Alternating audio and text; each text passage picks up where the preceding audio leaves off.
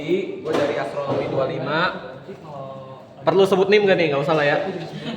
Nah, jadi sebenarnya kenapa gue lebih pilih offline? Karena menurut gue topik ini tuh cukup berat dibanding semester 1 jomplang banget gitu. Tingkat kesulitannya, jadi gue rasa memang lebih baik ya mungkin ada kendala kalau bisa hibrid dengan Teams, Zoom dan segala macamnya. Jadi untuk cakupan materi UTS kita kan ada ini nih, ada sebenarnya kalau misalkan kalian lihat di poster kan ada 4 sebenarnya ya. Ada muatan listrik, terus medan listrik, hukum kolom, sama potensial listrik. Cuma kalau gue pribadi gue lebih suka baginya jadi 3 topik besar aja. Jadi 3 topik besar. Yang pertama muatan listrik, ini nggak terlalu banyak. Yang utama itu sebenarnya 2 ini. Gaya sama medan listrik gue satuin karena ini dua-duanya tuh saling saling berkaitan, dan hukum Gauss juga bisa dipakai. Jadi hukum Gauss ini lebih kayak tools dalam topik ini aja. Cuma kadang dipisahin aja, gue nggak tahu kenapa. Terus ada yang namanya potensial listrik. Nanti ini juga ada hubungannya dengan energi potensial juga. Disclaimer, ini gue lebih kayak diskusi aja sih ya dibanding mengajar gitu. Jadi ya, dan gue tahu nggak semuanya di sini suka fisika, jadi mohon maaf kalau misalkan mungkin nanti gue agak terlalu brutal ngejelasinnya. Jadi itu sih. Yaudah, ini gue singkat aja deh. Yang pertama mengenai muatan listrik aja sih.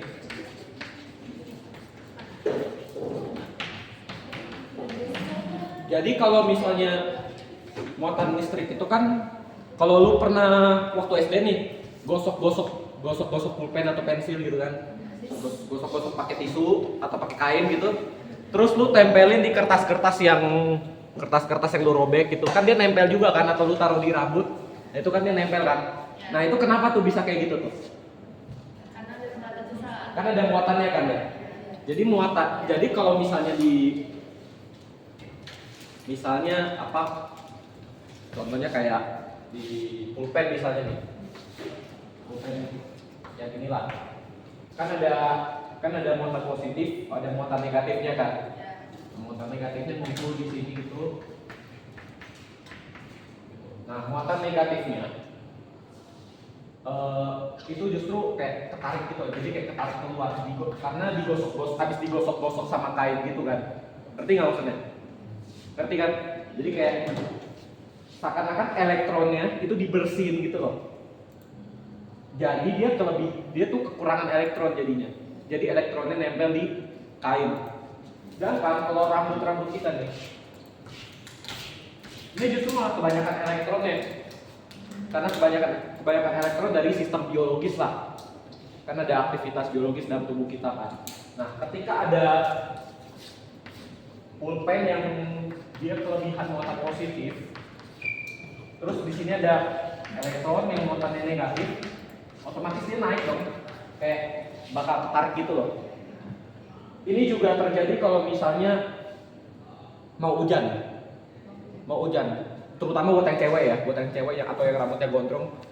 Pernah nggak sih kalau di luar gitu, atau tiba-tiba rambutnya kayak naik gitu kan? Pernah kan? Nah itu biasanya tandanya mau hujan tuh, atau mau petir tepatnya sih.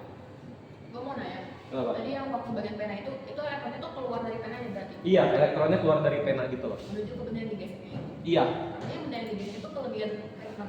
Iya. Gitu. Baik maksudnya? Jadi itu ya penerapan sehari-harinya lah. Nah, kalau misalkan dalam atom nih kan ada inti atom yang muatannya positif sama muatan yang netral. Lalu ada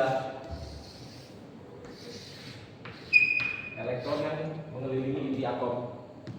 Jadi ini muatannya positif, muatannya netral, muatannya negatif. Sekedar kalian tahu aja, kalau misalkan buat proton, dia terdiri lagi tuh dari partikel-partikel yang lebih dasar lagi. Jadi misalnya ini proton, di dalamnya ada yang namanya up sama down. Terus di sini ada partikel penghubungnya lagi. Jadi kayak titik yang kecil, di sini juga ada, di sini juga ada. Neutron juga sama. Neutron juga sama, cuma bedanya dia up, down, down. Agak jelek ya gambar gue. Dia ada penghubungnya juga. Sedangkan kalau elektron, udah elektron aja gitu. Dia udah partikel dasar. Karena dia ukurannya udah lebih kecil. Gitu. Ini untuk elektron.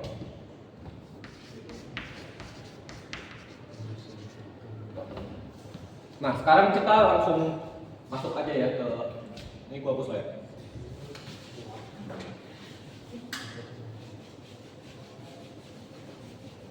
Sebenarnya kalau gua ceritain kepanjangan ya. Kita gak terbatas juga. Jadi kalau misalnya ada muatan positif dengan muatan positif,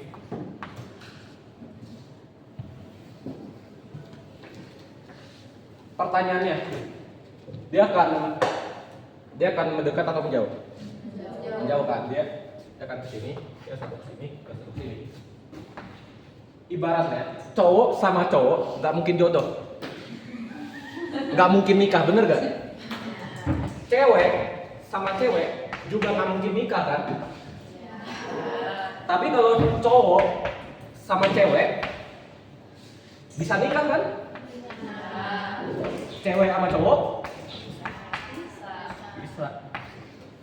Nah, ada gaya yang terjadi apa ya? Ada gaya tarik menarik dan tolak menolak antara partikel-partikel ini yang namanya gaya Coulomb atau gaya listrik. Gaya listrik ini kalau misalkan lu mau dari sisi vektornya itu adalah 1/4 epsilon 0 Q1 Q2 per jarak di antara mereka terus dikali vektor satuannya. Kalau misalkan lebih sederhananya, kalau misalkan lu mau lihat besarnya aja, ini kita bisa anggap sebagai K. Ini kita bisa anggap sebagai K. Kalau bisa mau lihat besarnya aja berarti F. Besarnya aja K, besar Q1, besar Q2 per jarak di antara mereka. Jadi kalau misalkan ada partikel entah dia sama atau beda, asalkan dia bermuatan dia akan saling tarik menarik atau tolak menolak. Gitu.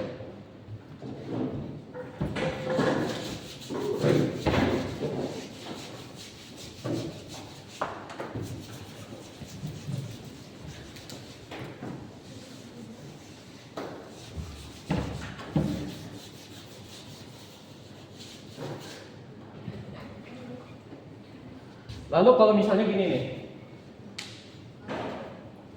misalnya gue punya tembok lah, misalnya ada tembok, terus gue taruh proton di sini, terus tiba-tiba dia bergerak ke sana. Tandanya di dalam sini ada muatan apa? Tahu dari mana muatan positif? Karena dia menjauh kan? Berarti ada muatan positif yang kita nggak tahu entah di mana. Ada muatan positif. Nah, kita kan nggak tahu muatan positifnya di mana. Jadi kita nggak tahu pergerakan muatan positif yang ada di sini. Kita tahunya yang di sini, ya nggak? Gitu loh. Jadi kita menyelidiki kalau misalkan pasti ada sesuatu yang menyebabkan proton ini bergerak. Ya, ini kita telusuri namanya tuh medan listrik. Jadi ada medan listrik itu. Simpelnya medan listrik itu adalah gaya gaya interaksi atau gaya Coulomb dibagi muatannya. Jadi maksudnya misalkan gini deh.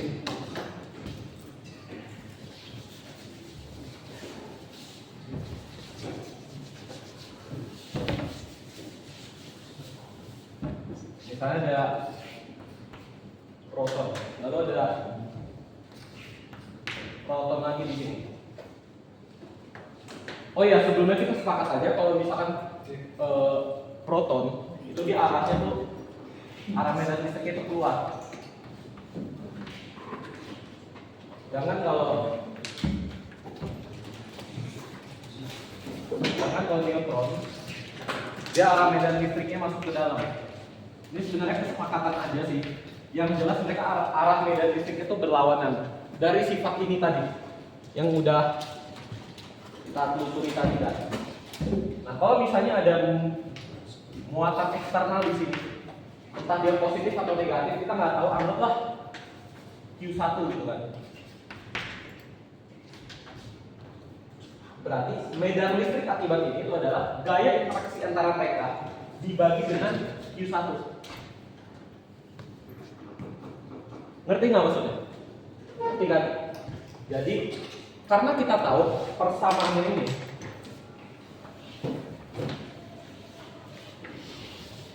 berarti kita kan bagi sama Q1 kan. Berarti anggap ini Q2. Berarti medan listriknya itu adalah K dikali Q2 dibagi jarak antar mereka. Jarak antara dua ini gitu. Kebayang?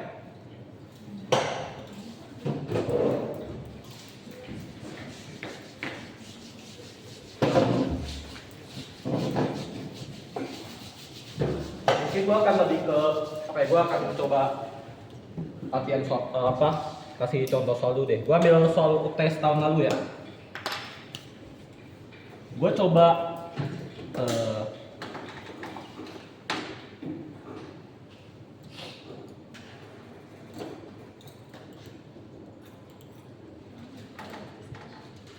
nih, gue coba kirim ke mana enaknya?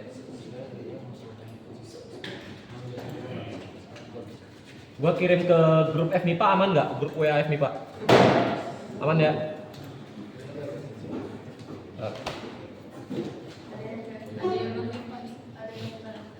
Kenapa? Biarin aja lah. Gua tahu lu nyusup, santai aja udah. Santai aja, serius santai aja. Oke. Jadi udah pada lihat semua soal yang gua kirim? WA, grup WA. Atau enggak lain juga deh gua kirim deh. Grup FMIPA ya. Lu pada yang bukan FMIPA minta Sanjaya aja udah.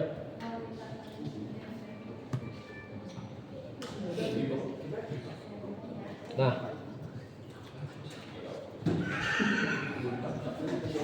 ntar gue coba. Oke. Jadi ada satu titik, dia punya dua tali yang terhubung.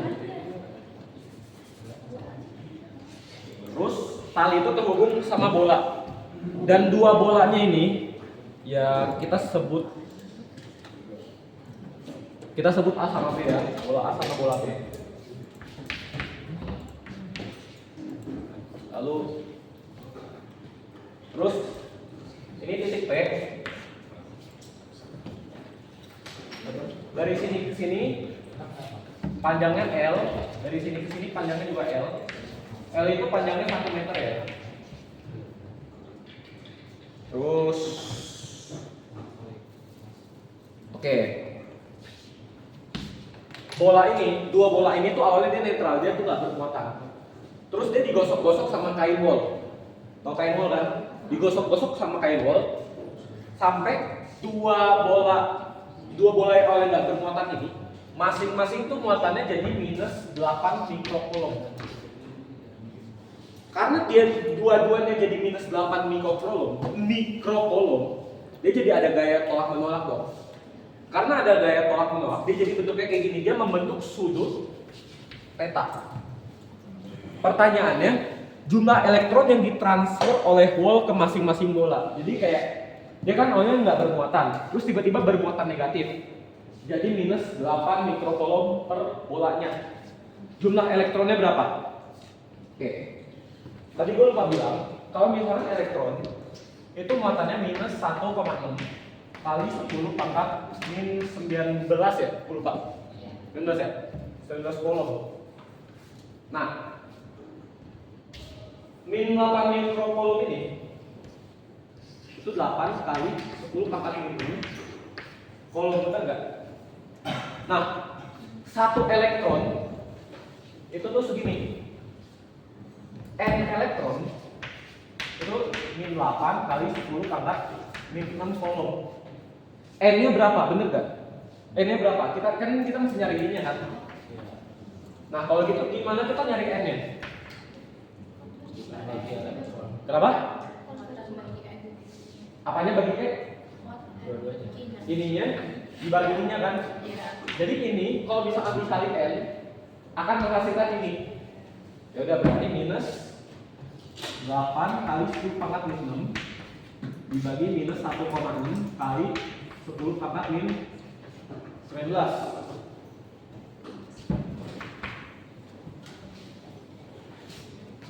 8 kali 10 pangkat min 5 per 11 kali 10 pangkat min 18. Jadinya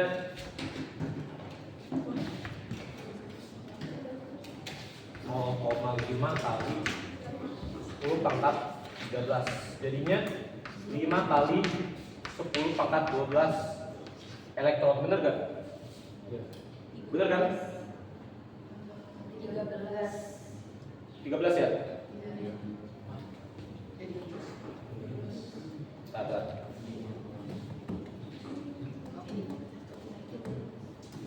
Iya, 0,5.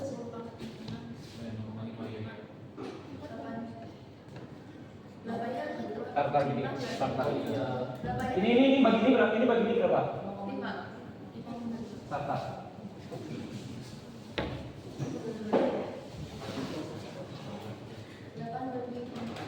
Berarti kan jadinya 5 kali 10 pangkat 13. Oh iya, 13 elektron.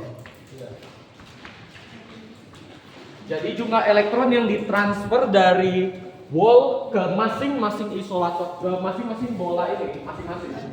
Itu jumlahnya tuh 5 kali 10 pangkat 13 elektron. Sehingga dia muatannya jadi minus 8 mikrokolom. Nah, lalu besar gaya elektrostatik antar bola.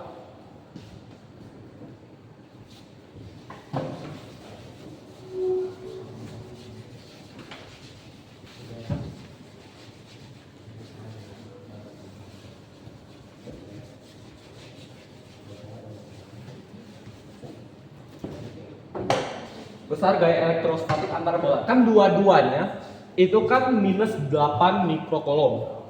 Ya kan? Berarti 1/4 pi epsilon 0 dikali 8. Kita kan nyari besar gayanya aja kan. Dikali 8 kali 10 pangkat min 6. Dikali 8 kali 10 pangkat min 6. Lalu sekarang jarak dari sini ke sini berapa katanya? Tahu dari mana L? Tahu dari mana sama sisi? L sama L sama? Bisa nggak kalau misalnya gue bikin segitiga gini? Ini panjangnya 2 meter, ini panjangnya 2 meter, terus ini panjangnya 4 meter. Bisa dong? Nih tangan gua. Nih tangan gua, panjangnya sama. Terus gua panjangnya kayak gini. Dari sini ke sini sama nggak? Beda kan? Sudutnya berapa? Kalau sudutnya 60, tetanya 60, berarti dari sini ke sini itu L juga besarnya, karena tetanya itu sama 60 derajat. Kalau dia nggak sama dengan 60 derajat, kita nggak bisa kayak gini. Kalau misalkan kita tahu tetanya, anggaplah bukan 60 derajat. Berapa harus kita tahu tetanya? Kita tahu ini L1, ini L1. Nyari jarak antar bolanya itu gimana? Nyarinya gimana? Kenapa? Pakai apa? Aturan sin cos. Aturan sin atau aturan cos? Aturan sin. Aturan sin atau aturan cos? Sin aturan cos. Iya kan? Kita pakai aturan cos. Oke, kita hitung pakai tetanya 60 derajat dulu ya. Berarti jarak antar dua bolanya itu 1 kuadrat, 1 meter kuadrat. Epsilon 0 itu 8,85 kali 10 pangkat min 12. Hasilnya berapa guys? Gue nggak megang kalkulator. Ntar gue ambil deh.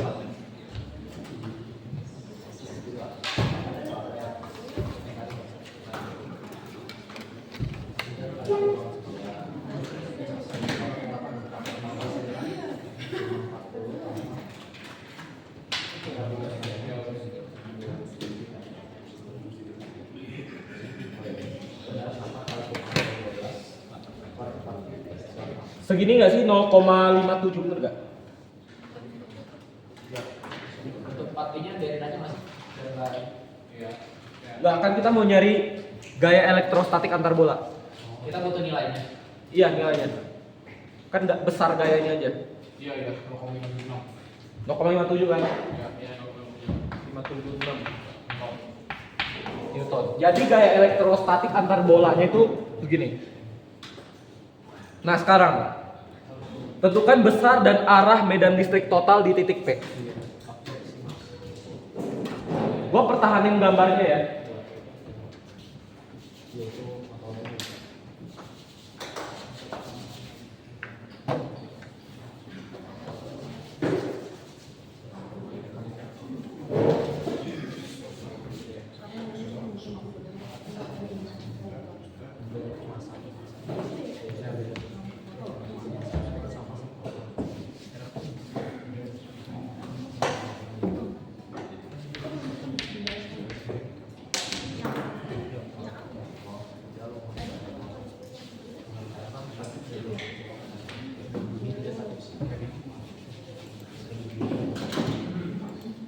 Nah, Ini gue bahas yang C. ya ini bahasa C. Tadi yang B arahnya gimana? Yang B itu besarnya aja. Oh iya, dia bisa dong. Kalau arahnya udah jelas, karena ini dua-duanya negatif. Satu arahnya ke sini, satu arahnya ke sini, karena dia saling tolak menolak, bener kan? Kalau misalkan medan listrik, dia beda lagi. Medan listrik itu menurut gua arahnya unik karena arahnya itu di tiap sudut tuh beda-beda. Dia tuh arahnya keluar. Jadi arahnya tuh nggak tunggal, bukan arah yang tunggal gitu.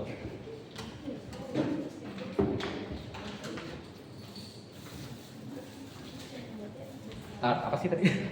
Oke. Kita tahu kalau A ini muatannya negatif. A ini muatannya negatif. B ini muatannya negatif. Kita mau tahu di titik P ini itu medan listriknya pertama-tama gini dulu deh. Akibat A, arahnya kemana? Akibat A. Dia arahnya ke sini kan? Kalau B arahnya ke sini. Besarnya sama nggak? Sama. Terus resultan medan listriknya arahnya kemana? Ke bawah. Ke bawah. Itu ya. Nah, gue gambar ulang deh. Gue gambar ulang ya.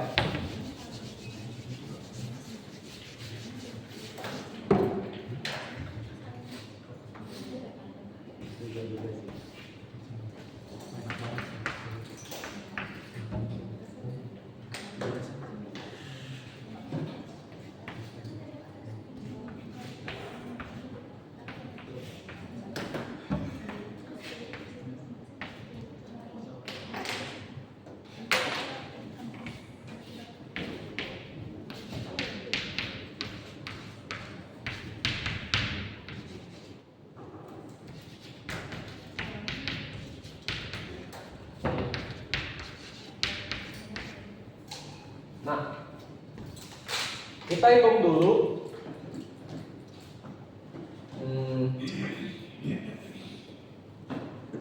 Oke.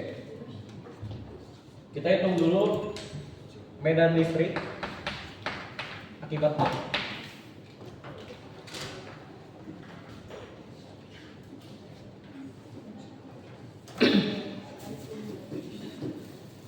Biar enak, kita bisa bagi dua begini kan.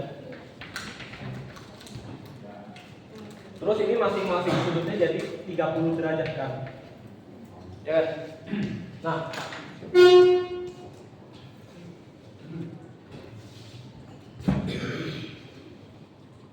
karena arah medan listriknya yang dialami oleh si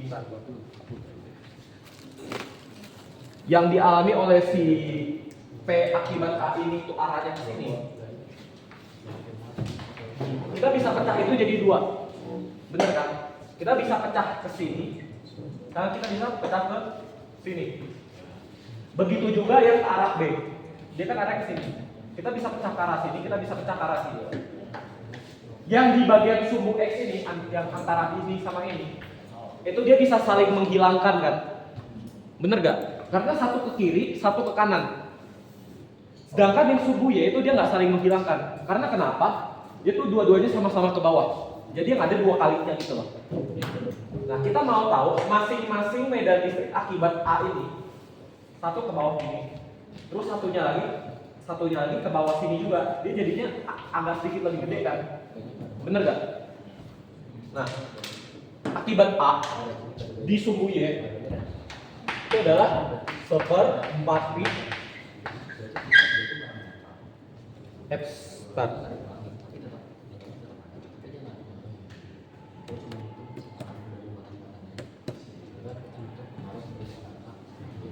Seperempat pi epsilon 0 dikali muatannya si A dibagi 1 kan. Berarti kita hitung aja di 1 per. Oh ya, sama ini. Kan dia di sumbu kita kan mau cari di sumbu Y-nya kan. Berarti gimana caranya kita tahu di sumbu Y-nya itu berapa? Kali cos kan. Cos 30. Hitung tuh. Kita cari besarnya dulu aja guys.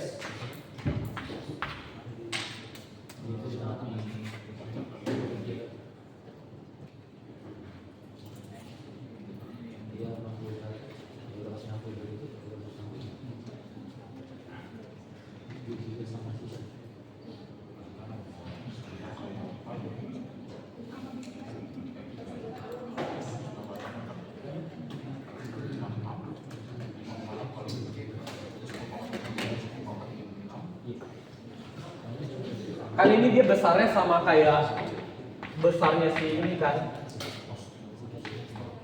Dari si B besarnya. Iya kan? Sedangkan kita mau tahu medan listrik totalnya. Medan listrik totalnya total itu berarti dua kalinya ini kan. Bener gak? Karena EA di sumbu Y ditambah EB di sumbu Y. Jadinya 2/4 pi epsilon 0 kali 8 kali 10 pangkat min 6 per 1 kuadrat cos 30. Ini untuk besarnya aja. Anggap. Nah, udah dapat belum angkanya berapa? Berapa? 6. Itu kan satunya doang. Kali 2. 124.708. Sekitar 124.000 kan? Sebentar. Gue cek dulu bener gak ya?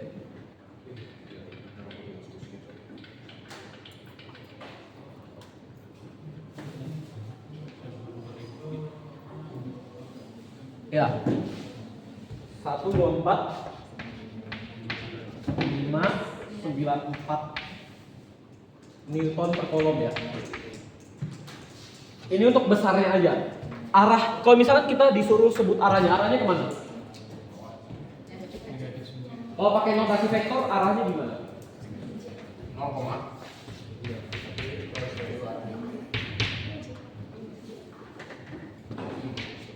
Minus 1, 2, 4, 5, 9, 4 J topik. Notasi vektornya kayak gitu. J top itu notasi vektor satuan. Kebayang nggak di sini maksudnya gimana? Oke. Terus yang oke.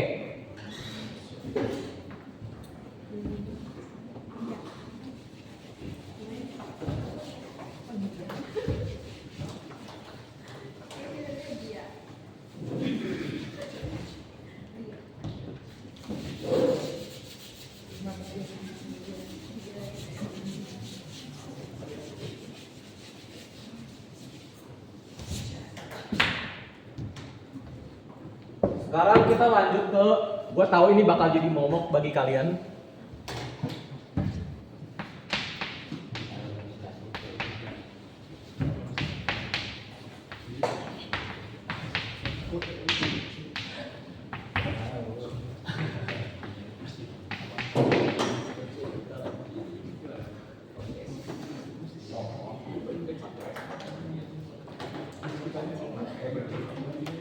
Gue tahu lu pada malas ngitung kayak ginian kan? Integral ini segala macam lu pada tahu kan? Tahu kan? Nah, makanya itu kita harus ya gua nggak akan ngitungin itu di sini karena bakal panjang dan menurut gua kurang esensial juga kecuali kalau lu mau mendalami mata kuliah medan elektromagnetik. Oke. Nah, kita mau cari satu solusi untuk mendapatkan medan listrik akibat muatan yang terdistribusi kontinu dan kasus-kasus lainnya nggak jelas tanpa integral panjang-panjang. Iya sih pakai integral cuma lebih sederhana, nggak panjang-panjang. Kita akan masuk ke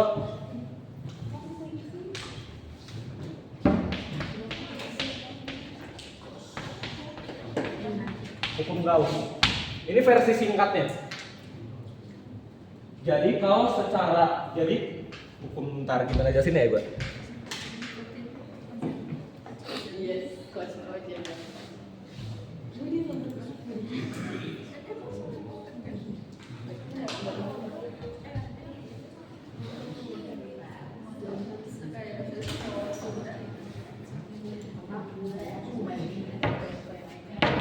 Kalau misalnya kita punya sebuah permukaan gitu ya, punya sebuah permukaan yang datar dulu deh. Permukaan datar luasnya sebesar A. Lalu ada satu medan listrik yang arahnya ke sini. Ibaratnya begini. Misalnya lu punya tabung kecil gitu ya.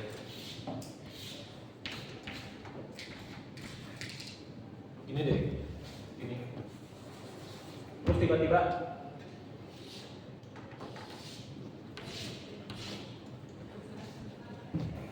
ada air yang mengalir ke sini. Ketika dia melewati luas penampangnya segini, itu kan dia akan alirannya lebih cepat. Sedangkan kalau luas penampangnya gini, dia akan lebih lambat. Kalau misalnya kalau misalkan gue potong lurus kayak gitu. Kalau misalkan gue potong yang miring kayak gini.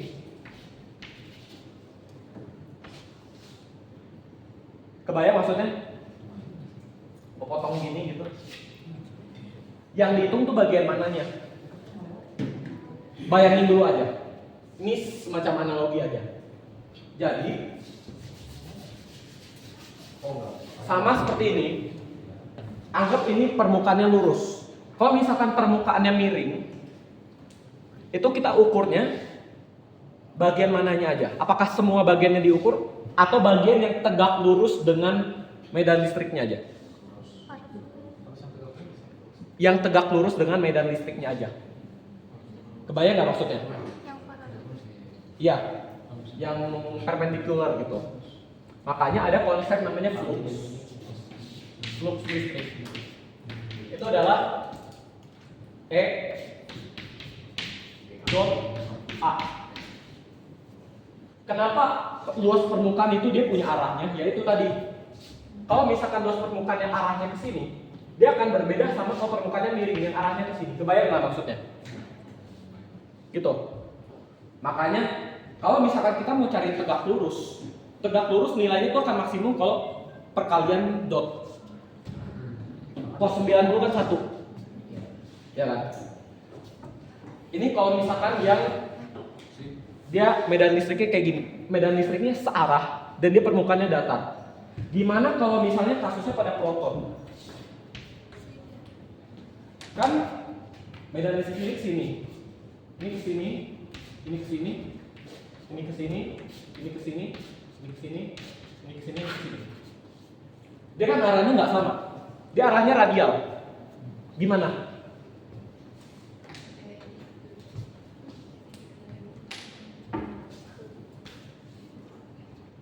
Kita buat jadi sebuah permukaan ini dulu. Lalu, karena kita ingin menjumlahkan semuanya, kita pakai integral. Integral itu kan sebenarnya penjumlahan kan? Penjumlahan kan? Gua tahu pada rugi integral, tapi integral ini gua jamin gak sesusah minta hingga sampai tiger. Antara medan listrik dengan luasnya. Cuma luasnya kita buat jadi DA lah, DA yang ada arahnya. Karena maksud gua gini, kenapa ada arahnya? Kalau misalkan medan listrik kan keluar sini, kan luas permukaan yang tegak lurus ini kan. Kalau medan listrik ini keluar sini, yang tegak lurus kan juga beda kan? Kebayang nggak maksudnya? Nah, dan karena dia bentuknya siklik, maka ditambahin bulatnya di sini.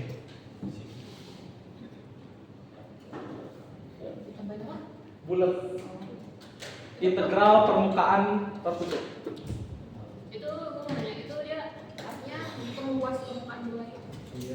Hitung flux yang lewat. Kalau misalnya kayak gini, kita mau cari flux total yang misalnya ada proton nih pada permukaan tertentu. Dia 3D by the way. Nah, flux totalnya itu gimana? Kan integral kan harusnya kan. Kalau mau lu totalin satu-satu, kecil-kecil gini kan lama ya. Jadi kan kita mesti pakai integral. Karena dia permukaannya tertutup dan siklik, makanya kita tambahin kayak gini. Ada integral khusus namanya integral permukaan tertutup. Dan sifat unik dari hukum Gauss ini itu besarnya sama dengan muatan yang dilingkupi dibagi dengan epsilon 0. As simple as this. Itu dong simple sebenarnya. Jadi hukum Gauss ini itu menghubungkan antara besar muatan dengan medan listriknya. Jadi kalau misalkan kita mau ngitung muatan terdistribusi kontinu, ngitung medan listriknya, kita nggak usah pakai integral panjang-panjang yang K, lambda, dx, sekian. Kita bisa langsung pakai gini aja dengan modal dA doang. Q-nya sama epsilon 0. Jadi kita nggak usah ngitung panjang-panjang.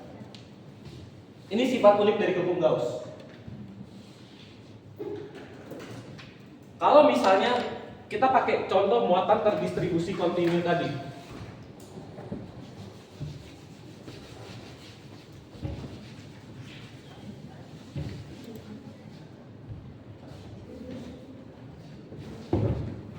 Enggak, jangan muatan terdistribusi kontinu lagi deh. Gini aja deh.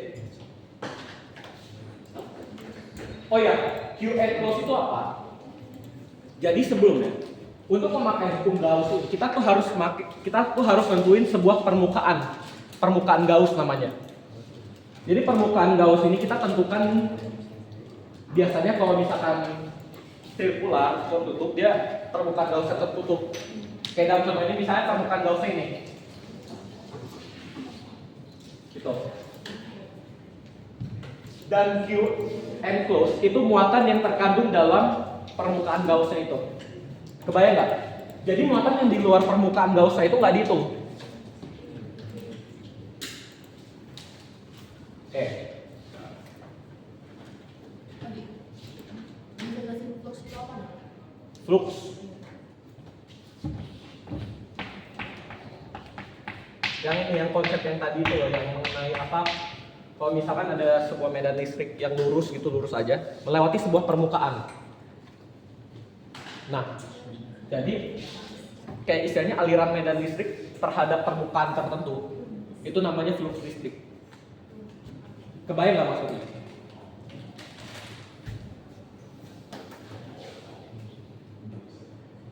Istilahnya kayak gini.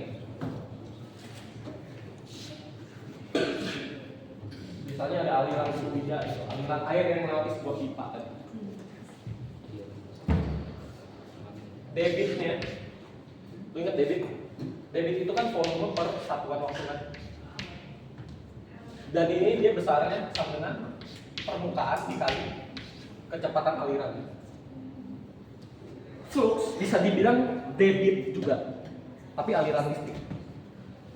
Sama, luas permukaan, cuma bedanya dikali sama aliran listrik, sama medan listrik.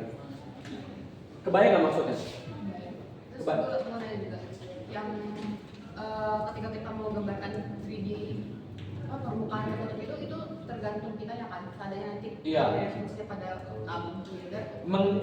Mengikuti apa ya? Mengikuti geometrinya sih, mengikuti geometri bendanya. Kayak misalkan kalau kita mau proton biasa, kita bikinnya siplit.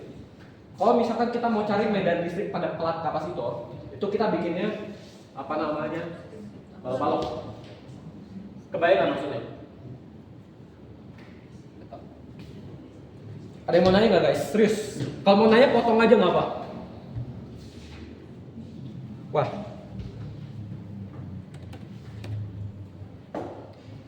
Nah, kayak misalkan kalau kita mau nyari medan listrik di sini, tapi pakai hukum Gauss. Caranya adalah kita kan udah buat nih permukaan Gaussnya gimana. Berarti dan ini arah medan listrik itu kalau misalkan dalam konteks ini dia tuh selalu tegak lurus dengan DA, selalu tegak lurus dengan luas permukaan yang dilewatinya. Kebayang? Jadi sehingga kalau misalkan gitu dia besarnya akan sama dengan E dikali integral tertutup dari DA. Dan dia sama dengan, karena Q enclosed-nya cuma satu, berarti Q-nya ini dong. Sebutlah Q itu. Q per epsilon 0. Kita mau menjumlahkan luas permukaannya. Karena dia dalam permukaan tertutup, luas permukaan bola yang tertutup itu berapa? 4 pi r kuadrat. E dikali 4 pi r kuadrat Q per epsilon 0. Berarti kita dapat tuh E medan listrik itu sama dengan 1/4 pi epsilon 0 Q per r kuadrat. Ini salah satu contoh aja. Kita mau mencari medan listrik, tapi dengan memanfaatkan hukum Gauss. Ini definisi medan listrik juga kan, balik lagi contohnya. Bener gak?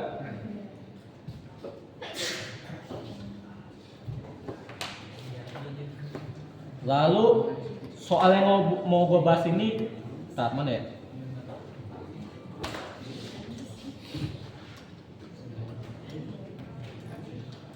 Oke.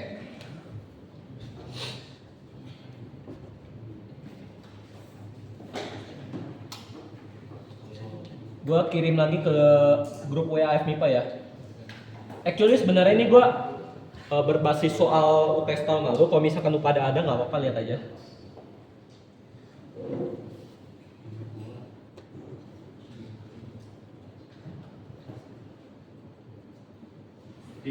Berarti kalau misalkan dia bentuknya nggak bola, berarti menyesuaikan geometrinya. Iya, jadi permukaan Gauss itu menyesuaikan geometrinya. Kayak ini gue yang mau gue kasih contoh nih, soal ini kebetulan bukan bola. Ntar nih, gue udah kirim fotonya di grup WA FMIPA ITB ya. Hah? Di apa? Line. Oke, udah. Gua kirim WA sama line ya.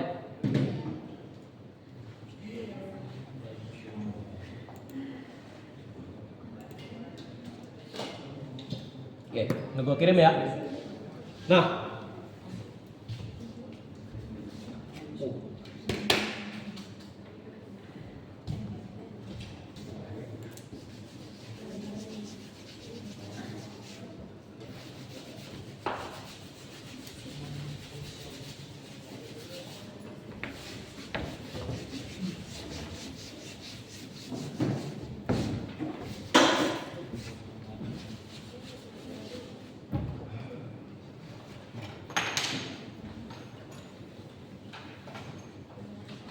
sebuah konduktor silinder pejal memiliki muatan total plus Q jari-jari A dan panjang L yang jauh lebih besar dari jari-jarinya. Konduktor tersebut diselubungi secara sesumbu koaksial oleh kulit tipis konduktor silinder bermuatan min Q berjari-jari B, di mana L juga lebih besar, jauh lebih besar dari B. Seperti pada gambar yang ya itulah udah gua kirim. Tentukan besar dan tanda rapat muatan persatuan luas berturut-turut pada konduktor pejal dan kulit tipis konduktor. Jadi gini, rapat muatan persatuan luas itu notasinya tuh namanya sigma.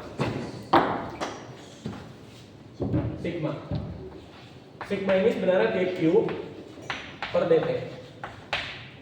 Kalau misalnya kita mau cek pada masing-masing konduktor pejal dan kulit tipis, berarti pada konduktor pejal dulu.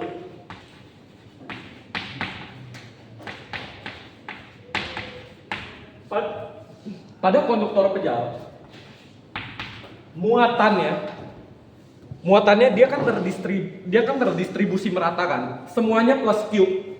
Jadi tanda muatannya itu adalah plus Q. Sedangkan kita mau cari ini A ya, sorry kok B. Nah, sedangkan kita mau cari dia luas permukaan dari si tabung sumbu silindernya ini berapa? Ada yang tahu luas permukaan dari si konduktor pejal yang jari-jarinya A itu tabung? 2pi RL aja. Luas permukaannya. 2 PRL tambah 2 pi kuadrat. Yes. Karena R-nya sama dengan A, berarti dia 2pi A L ditambah 2pi A kuadrat. Kita bisa faktorin jadinya plus Q 2pi A plus L tambah A. Sebenarnya secara formal begini. Cuma gara-gara kita tahu info kalau L itu jauh lebih besar dari A, berarti L tambah A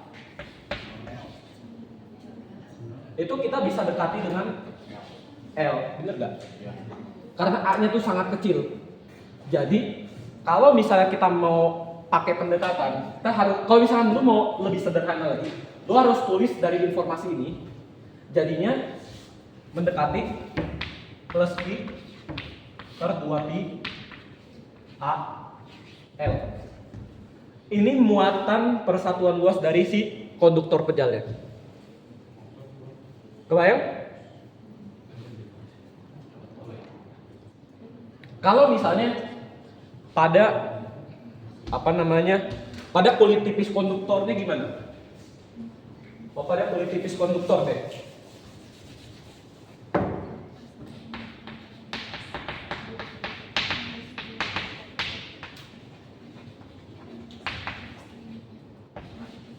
Muatannya apa? Min Q. Dibagi luas permukaannya apa? 2 PL 2 PAL B. Hah? 2pi B L. 2pi BL, luas permukaan dari si kulitnya. Udah gini dong. Karena dia cuma kulit biasa dong, dia nggak ada tutupnya. Oke. Ini sebenarnya gampang sih. Cuma yang mau gue disclaimer yang tadi, yang L itu jauh lebih besar dari A.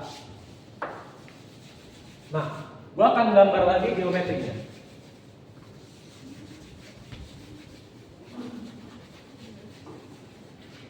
Sulit ya?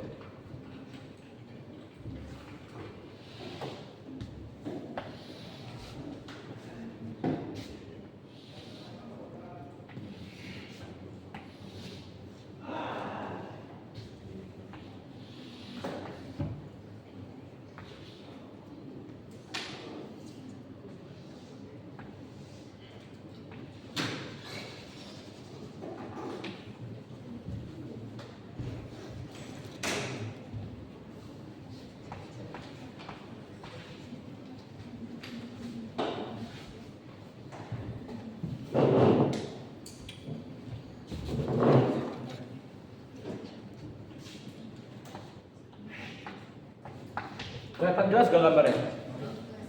Jelas. Ya, oke. Nah, oh ya, maaf.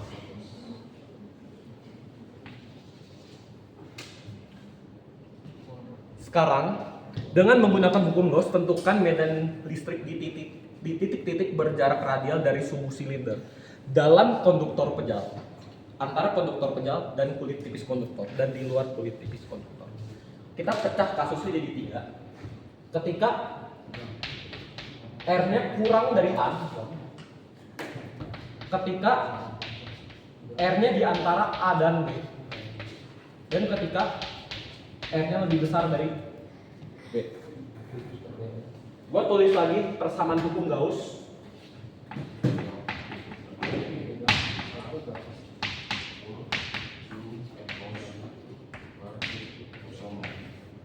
Nah, kita bahas ketika R-nya itu di dalam lebih kecil dari A. Pertanyaannya, medan listriknya berapa? Jangan lo yang jawab lagi, yang lain. Medan listriknya berapa?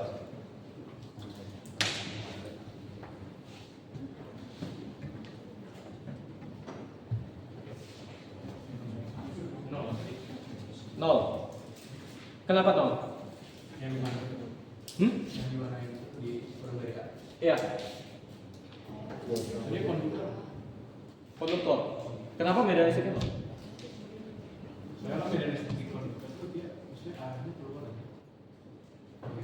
Di dalam konduktor itu medan listriknya memang nol.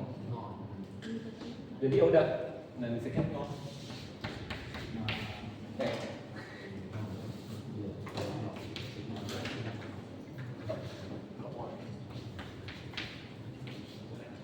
Lalu yang kedua,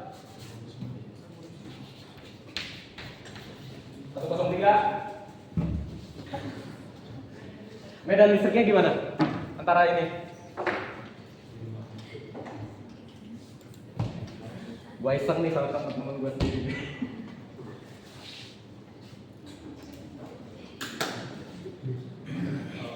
Idenya dulu deh. Idenya aja. Pakai Gauss aja. Kian close itu berapa nih? Kian close dari yang muatan dalamnya. Nih. QN close-nya berapa? QN close-nya kita pakai yang mana? Yang plus Q. Hah? Plus Q. Kita pakai plus D. Nah. Oh iya, gini. Gua lupa jelasin ini. Kalau misalnya kan bagian birunya ini kan konduktor kan. Medan apa ya? Muatan-muatannya itu dalam konduktor itu muatan-muatannya itu akan tersebar di permukaan. Karena dia tersebar di permukaan, makanya di dalamnya itu medan listriknya nol. Bukan nggak ada medan listrik, resultan medan listriknya nol. Jadi dia tuh saling menghilangkan. Nah, karena ini dalamnya itu muatannya apa ya? Dalamnya itu plus Q dan di luarnya itu min Q. Jadi ya muatan-muatan yang tersebar itu kan dia positif sebenarnya. Dia akan lebih menempel ke arah, dia akan mengarah ke kulit. Jadi dia akan tersebar di daerah sini nih, di daerah pinggiran sini. Dia akan arahnya ke sini, arahnya ke sini, arahnya ke sini, arahnya ke sini gitu. Kebayang nggak? Nah, kita mau cari ini total ininya dulu deh.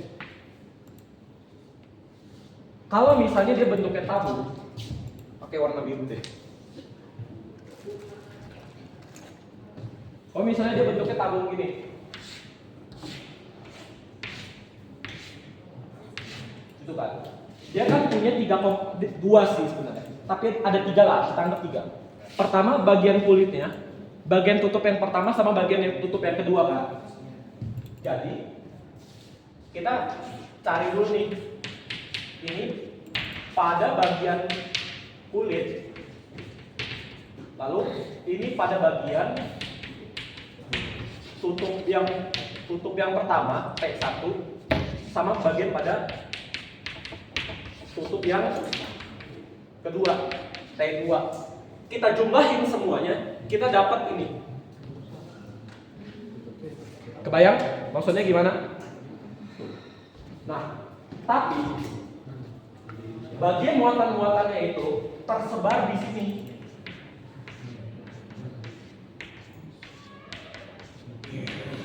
Dia tuh nggak apa ya? Dia tuh nggak nempel di bagian sininya gitu loh. Nggak terlalu nempel di bagian sininya gitu loh, karena dia lebih tertarik ke arah kulit. Ngerti maksudnya? Jadi tidak ada medan listrik yang ada di sini pada tutup ini. Kebayang nggak maksudnya gimana? Kebayang? Serius, kok nggak kebayang bilang aja. Jadi pada tutup yang ini dia nggak ada fokus. Pada tutup yang kedua, apakah berlaku hal yang sama? Berlaku hal yang sama? Berlaku yang hal yang sama. Apakah alasannya karena ini doang? Karena Lu jangan jawab.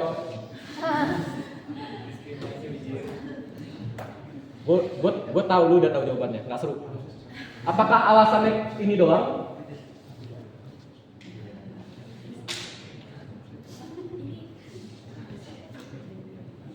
Ayo mikir.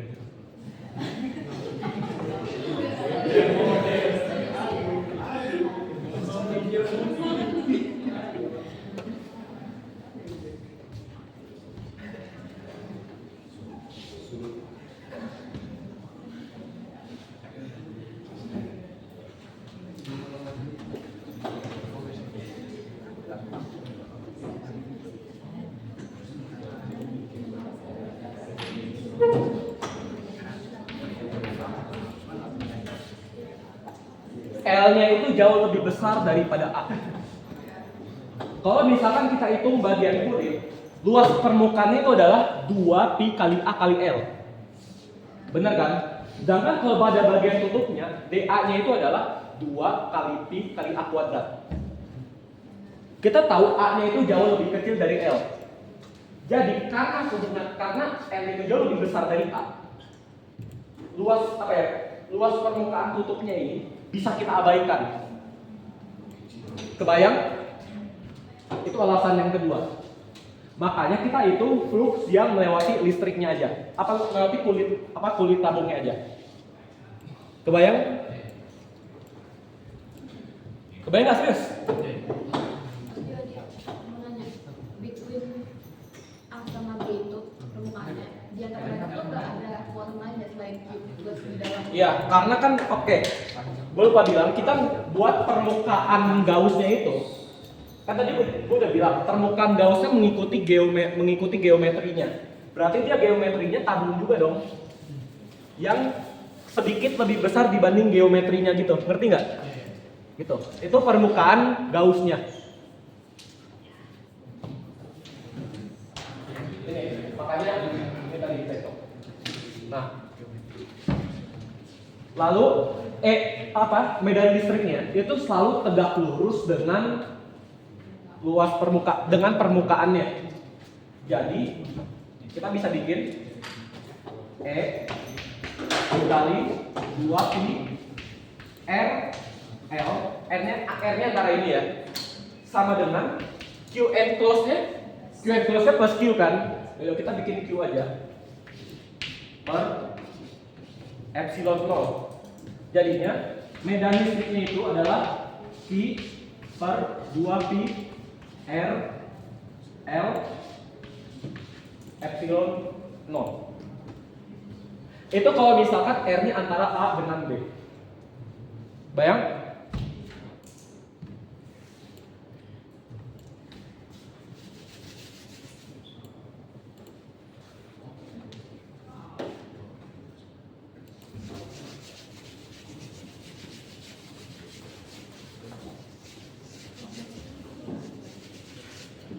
Lalu ketika R-nya lebih besar dari B. Pertanyaan gua, Q enclose itu berapa? Ketika R-nya itu lebih dari B. Kita bikin permukaan Gauss ya. Permukaan Gauss-nya yang ini kan, yang sedikit lebih gede. Q enclose-nya berapa? Q enclose kalau misalkan ada dua muatan, kita jumlahkan muatan itu. Plus Q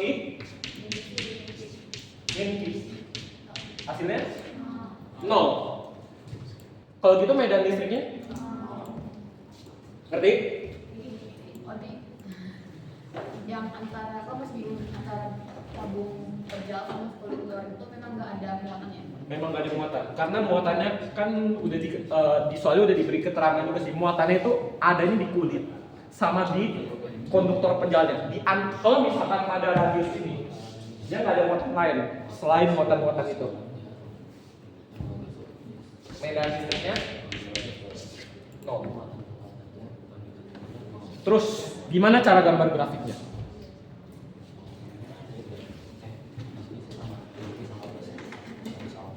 Kan ada 3 bagian nih.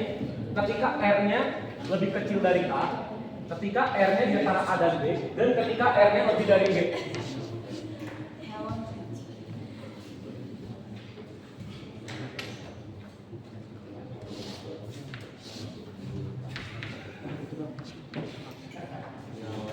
Kita buat batas.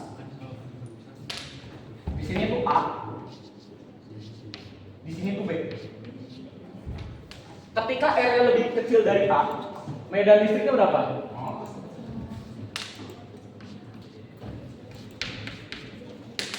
Ketika dia lebih kecil dari A, medan listriknya berapa? Berarti dia garis ini aja kan? Garis ini. Ketika dia lebih dari B, 0 juga. Gampang. Ketika di antara A dengan B, gimana? Puncaknya saat dekat A, dekat B, dia gambarnya gimana? Linear turun. Linear. Yakin?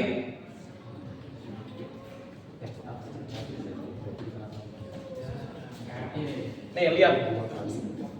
E sama dengan Q per 2 pi R L epsilon 0. Kita mau lihat hubungan antara medan listrik dengan R-nya.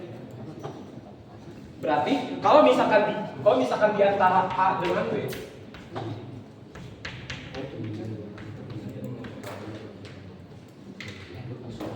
kalau gitu gambarnya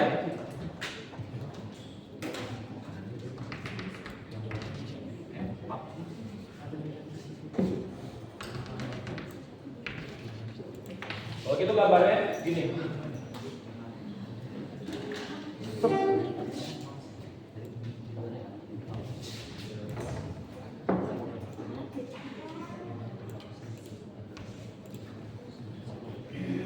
Tahu grafik Y sama dengan 1 per X gimana? Kayak gitu. Kebayang?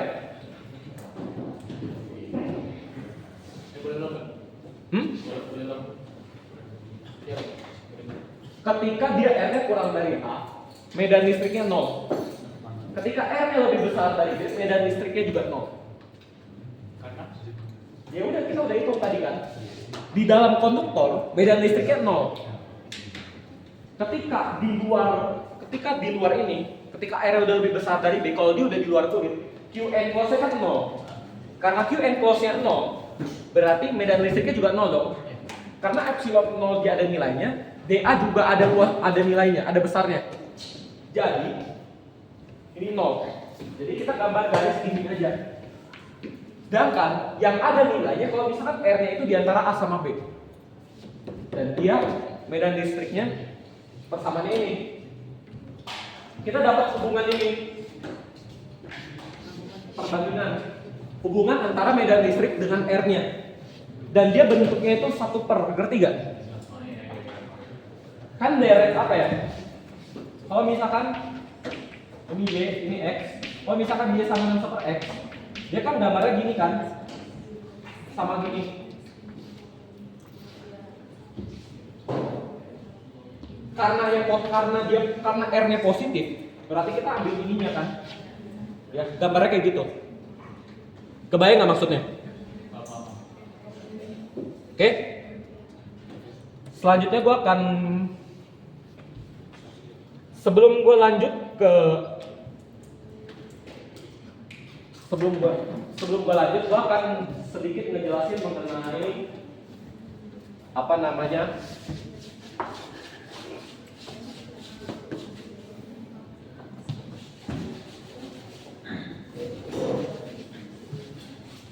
yang namanya gaya konservatif.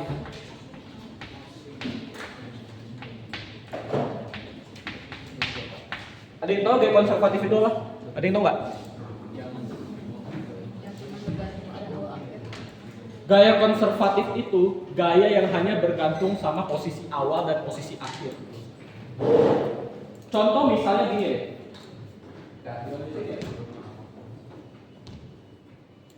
Misalnya gunakan analogi ya. Ini tanah misalnya, tanah. Ada sebuah bola. Anggaplah masanya 1 kilo. Gravitasinya 10 meter per second kuadrat. Ini tingginya 2 meter. Energi potensialnya berapa? 20. Kalau misalkan dia ketinggiannya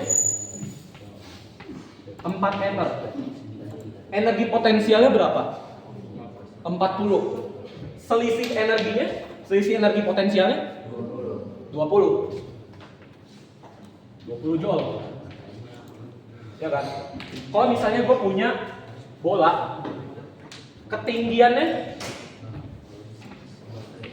3 meter, dia energi potensialnya berapa? 30. Lalu kalau ketinggiannya 5 meter 50. Selisih energi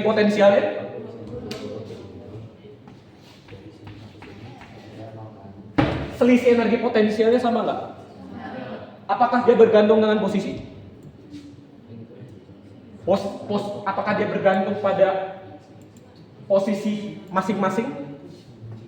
Enggak kan? Dia cuma bergantung sama dia oleh segini. Ini segini. Kita jadi kalau misalkan ada bola ketinggiannya segini, kita nggak tahu berapa. Terus di sini juga kita nggak tahu berapa. Tapi kita tahu kalau misalkan dari sini ke sini selisihnya 10 meter misalnya. Kita tahu dong selisih energi potensialnya berapa, bener gak? Energi potensial gravitasi ini contohnya. Itu disebabkan oleh gaya gravitasi. Gaya gravitasi itu adalah gaya konservatif.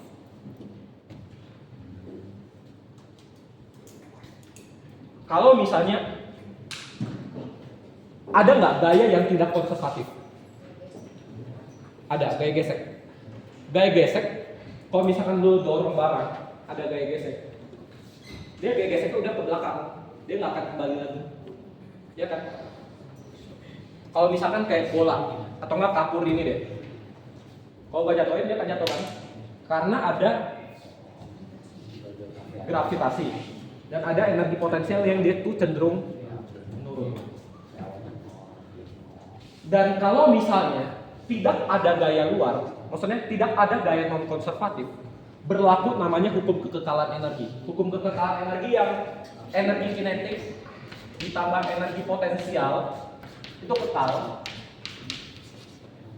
Ini sebenarnya ini tuh berlaku kalau misalnya gaya-gaya yang berlaku itu adalah gaya-gaya konservatif. Makanya ini berlaku kalau misalkan di SMA, kalau misalkan kita ngerjain soal yang bola jatuh itu, kan kita pakai persamaan ini kan. Kenapa kita boleh pakai persamaan ini? Gara-gara bola itu jatuh naik akibat gaya gravitasi. Karena gaya gravitasi itu gaya konservatif, makanya kita boleh pakai persamaan ini. Lalu kalau misalkan ada soal gaya gesek, kita nggak pernah pakai kayak gini. Karena kalau misalkan ada satu aja gaya non konservatif, dia nilainya nggak akan sama begini. Kebayang?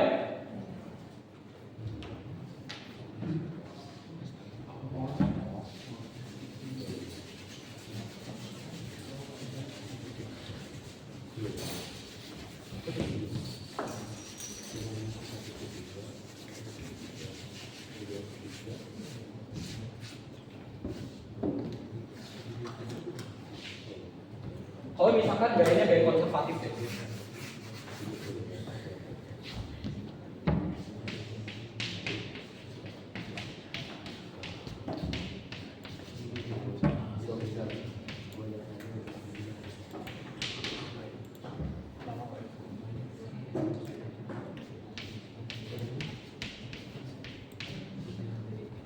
Ya kan?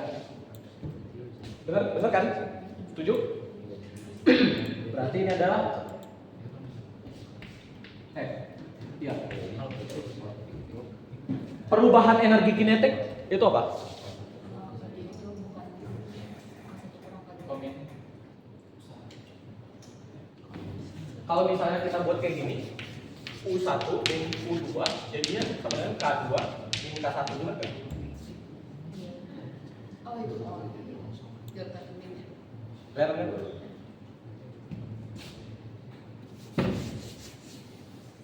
Nah, perubahan energi kinetik itu apa?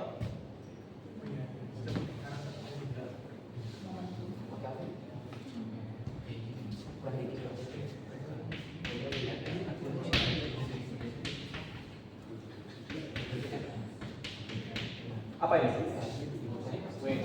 Usaha.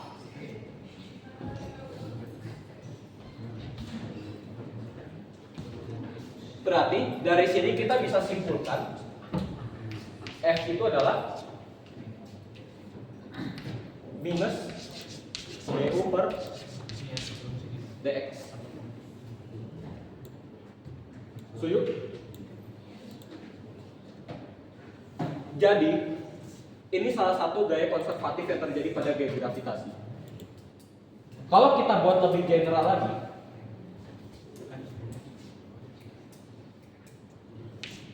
F itu adalah minus nabla dikali U. Nabla ini itu semacam gini, nabla itu adalah kalau misalkan dalam 2 dimensi aja deh.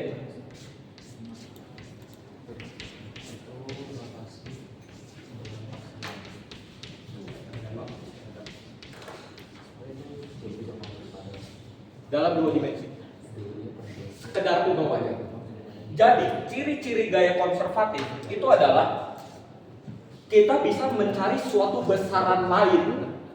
Kalau bisa gaya konservatif, kita cari energi potensialnya. Lalu kita kalikan dengan operator gradien turunan berarah.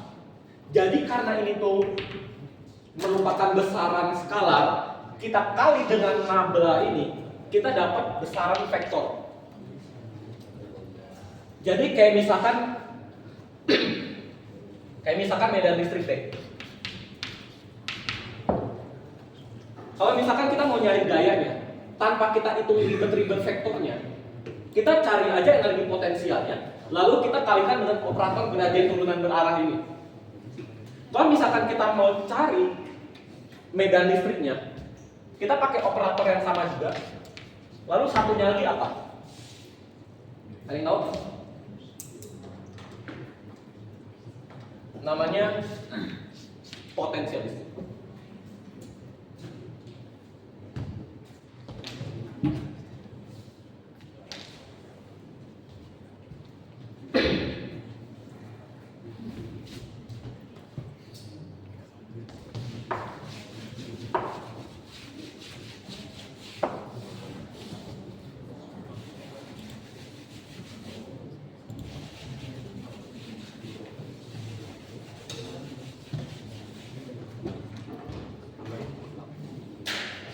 Kalau misalnya ada sebuah muatan positif, besarnya Q, dia pasti mempunyai sebuah permukaan ekipotensial. Tahu nggak permukaan ekipotensial itu apa? Tahu definisi lingkaran? Lingkaran itu apa definisinya? Yang semua tepinya dengan titik itu ya sama. Lingkaran itu kumpulan titik-titik yang memiliki jarak sama terhadap suatu titik tertentu. Begitu juga untuk permukaan ekipotensial. Permukaan itu memiliki jarak yang sama, kumpulan permukaan yang memiliki titik yang memiliki jarak yang sama terhadap muatan tertentu. Itu namanya permukaan ekipotensial. Ceritanya sama.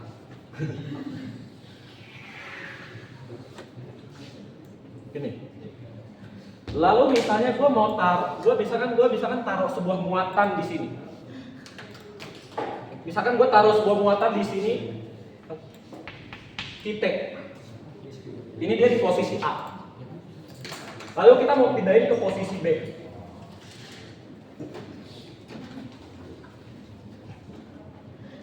Kita mau QT ini itu pindah dari A ke B dengan kecepatan yang konstan. Kalau misalkan kita biarin aja, apakah kecepatan dari si QT ini itu kecepatannya konstan? Apa konstan atau enggak? Oh, jadi ulang. Kalau misalnya ada sebuah muatan nih, Q, terus ada muatan lain yang radiusnya lebih kecil dibanding radius ini. Dia mau pindah dari sini ke sini. Tapi kecepatannya harus konstan. Karena kalau kecepatannya nggak konstan, dia akan menghasilkan gelombang elektromagnetik yang akan mengganggu seluruh sistem medan magnet yang ada di sini. Nah, pertanyaannya kalau misalkan kita biarin gini aja, kita nggak kasih apa-apa, apakah ini itu akan bergerak dengan kecepatan konstan? Kenapa nggak? Akan bergantung sama jaraknya. Karena ada interaksi antara dua muatan ini, ada gaya. Kalau ada gaya, ada percepatan. Kalau ada percepatan, berarti kecepatannya nggak konstan loh. Gimana caranya supaya kecepatannya konstan? Apaan sama apaan? Percepatan 0. Kalau gitu konsekuensinya resultan gayanya sama dengan 0. Maka kita harus berikan gaya luar yang berlawanan dengan arah gaya listrik ini. Oke? Misalkan kita mau gerak dari sini ke sini. Anggaplah ini A aksen.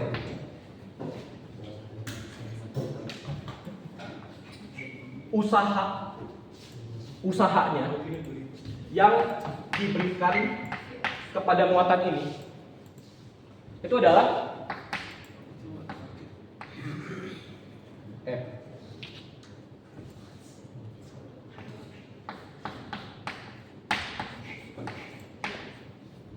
Ya kan? Sedangkan F itu kita tahu sama dengan Q kali E. Benar?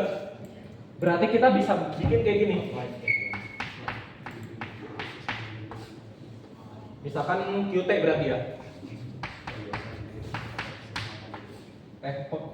Minus ya? Lupa. Enggak deh. Dari A ke B.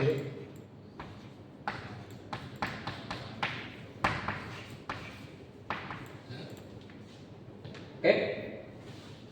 Nah, kita bisa pecah dua dari sini ke sini dan dari sini ke sini.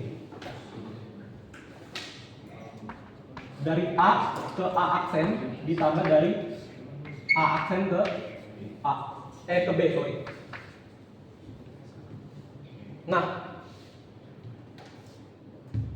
medan listriknya itu harus tegak lurus dengan arah perpindahannya. Benar?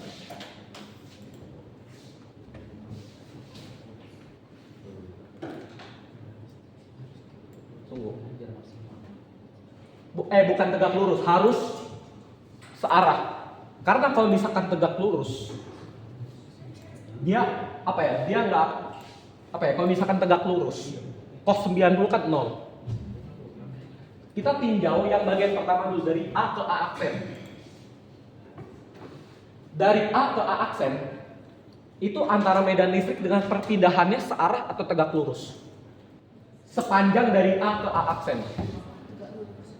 Tegak lurus. Berarti nilai ini 0 dong. Berarti ini kita nggak usah hitung. Kita hitung dari sini ke sini aja. Ya kan?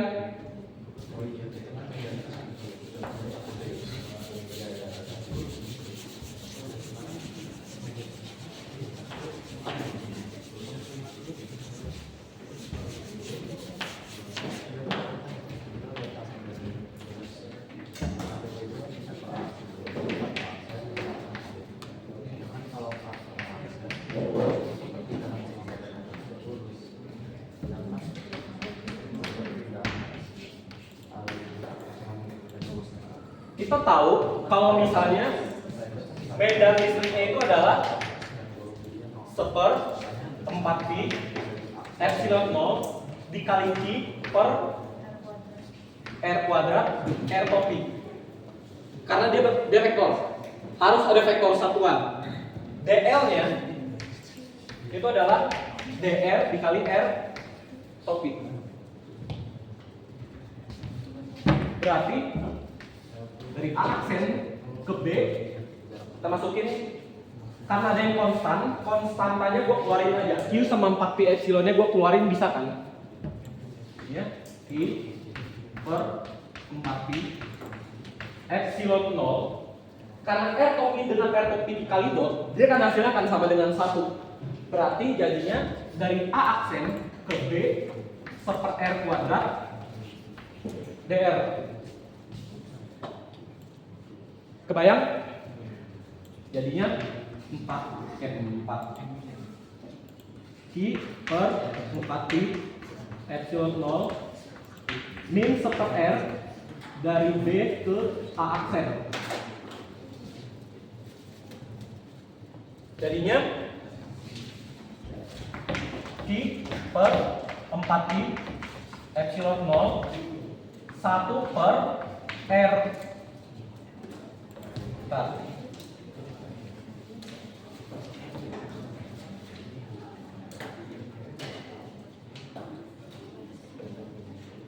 Wait.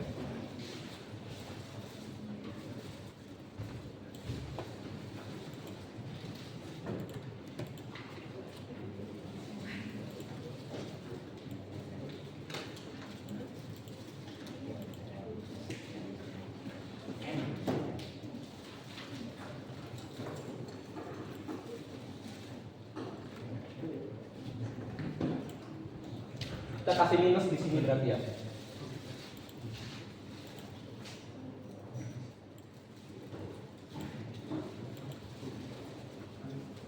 Oh iya, ini mestinya minus ya guys, karena gaya ini itu sebenarnya gaya luar. Jadi kayak gaya yang diberikan kepada sistem yang gue bilang berlawanan dengan gaya kolom tadi. Ngerti nggak maksudnya? Lesa bingung? Jadi kan ini, kalau misalnya muatannya kita diemin, dia kan akan bergerak, misalkan ini muatannya positif, dia akan bergerak menjauh dan dia dipercepat. Supaya dia tidak mengalami percepatan, harus ada gaya luar yang besarnya itu melawan gaya listrik antara dua ini. Kebayang nggak? Jadi kalau misalkan dia gayanya ke sini, harus dikasih gaya luar supaya sigma F-nya sama dengan 0. Karena arahnya berlawanan, makanya dikasih minus. Kebayang nggak? Per kita, nih F ini itu kan sama dengan QT dikali medan listrik. Ini kan jadi medan listrik. QT-nya jadi ke sini. Kebayang nggak? Kebayang kan? Ini minus.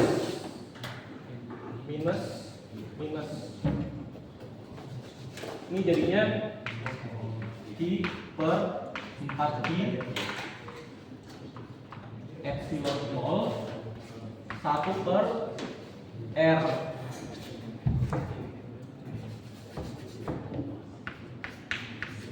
RB min seper R A aksen. Kita tahu antara A dengan A aksen itu R-nya sama. R A aksen itu sama dengan RA. Jadi kita bisa buat ini tuh jadi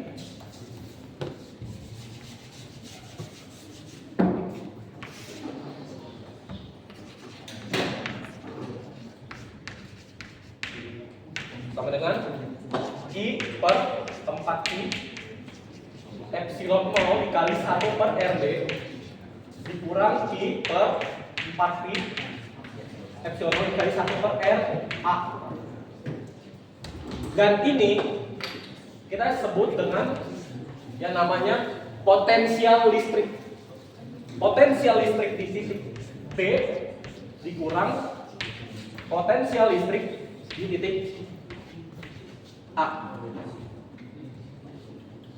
Jadi usaha luar supaya muatannya ini berpindah dengan kecepatan konstan, persatuan muatannya itu adalah selisih itu adalah beda potensial antara titik akhir dengan titik awal. Ngerti nggak maksudnya? Gini, kalau misalkan ada usaha dari usaha luar yang diberikan kepada si kita ini supaya dia berpindah dengan jalur ini dan kecepatannya konstan, kebayang? Tujuan kita memindahkan dia dengan cepat langsung itu Karena ya ini tadi kita otak-atik aja, kita kan dapatnya beda potensial ini kan. Beda potensial ini tuh tujuannya buat apa? Potensial listrik ini tujuannya buat apa? Buat mencari medan listrik tanpa kita harus otak-atik vektornya. Jadi medan listrik ini nanti kita kali sama gradien operator urunan berarah yang nabla tadi, kita akan dapat medan listriknya. Kebayang nggak maksudnya? Yang nggak jawab gua anggap nggak kebayang gini. Karena kalau ngerti, orang tuh kalau ngerti pasti akan seneng. Orang kalau ngerti pasti akan seneng. Jadi intinya gini, tujuan kita cari potensial listrik ini buat apa sih? Kita kan mau cari medan listrik. Medan listrik vektor. Vektor ngitungnya ribet, X, Y, cos, sin, segala macam ribet kan. Males dong. Kenapa nggak kita cari skalarnya aja? Terus kita kali dengan operator, kita operasikan dengan operator tertentu, kita dapat medan listriknya. jadi kayak tools gitu. Iya, kayak tools gitu loh. Toolsnya ini tadi, nabla.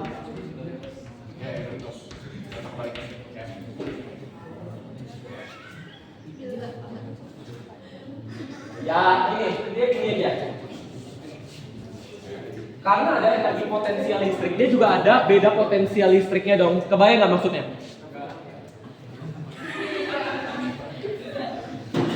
Kalau misalnya ada muatan luar deh, muatan luar, ada usaha luar buat pindah dari sini ke sini. buat nol kan. Itu adalah selisih energi potensial antara dua ini. Ngerti nggak maksudnya? Nggak ngerti, oke. Ngerti. Di sini punya energi potensial. Ya. Di sini punya energi potensial. Ya. Punya selisih energi potensial. Ya. Di sini sama di sini, yang mana lebih rendah? Yang Yang di bawah. Supaya dia tambah di sini harus ditambahin energi potensial dong. Ya. Supaya dia di sini. Ya. Nah, energi tambahannya itu adalah WAPP ini.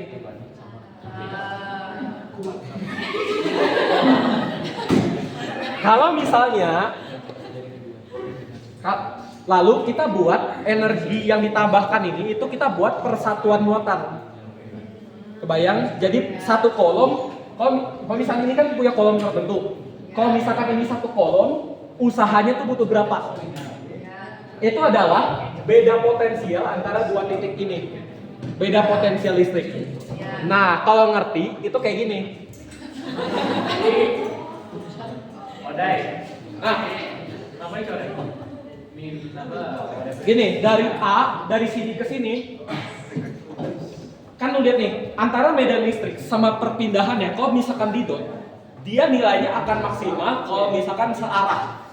Medan listrik dengan pergerakannya ini searah. Tapi sepanjang jalur ini, apakah medan listrik dengan pergerakannya searah? Dia membentuk sudut 90 derajat dong. Iya kan? Berarti E kali DL kali cos 90 derajat. Hasilnya? Hasilnya? Ya udah, kita nggak usah hitung. Ngerti? Oke.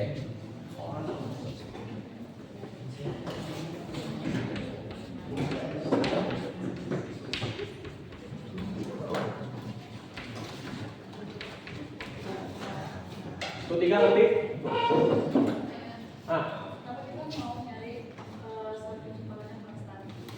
Karena kalau misalkan dia kecepatan yang nggak konstan, dia akan dari muatan ini itu akan menghasilkan gelombang elektromagnetik. Kalau dia menghasilkan gelombang elektromagnetik itu ada dua medan. Ada medan listrik, ada medan magnet. Itu akan mengganggu medan listrik yang ada di sini. Ngerti nggak? Iya.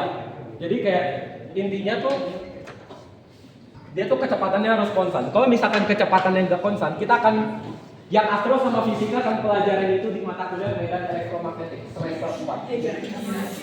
Itu lebih lanjut lagi lah.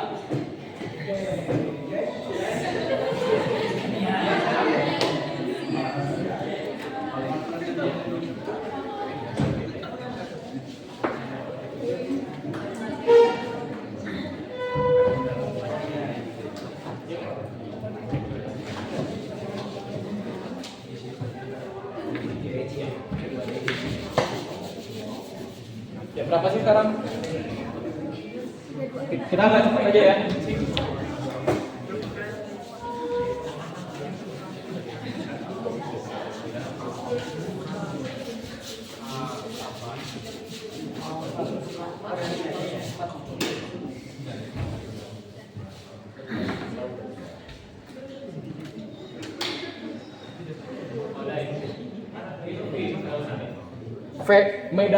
Medan listrik, potensial listrik.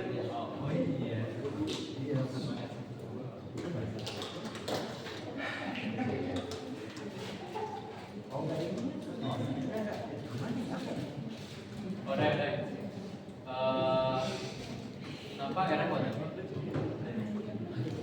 Oh iya, sorry. R aja.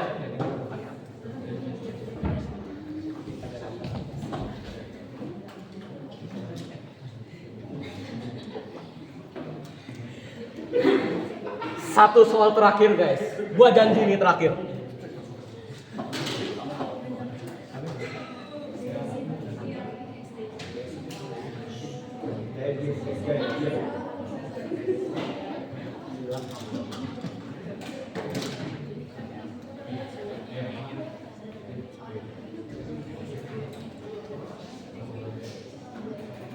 Kalau nggak ngerti bilang aja guys, jangan diem.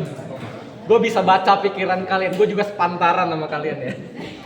Dia hanya 10 loh.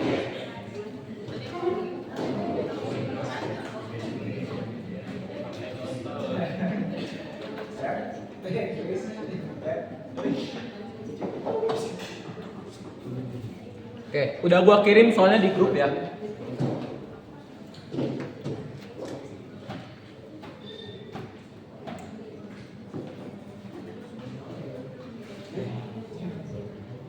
Ah, capek.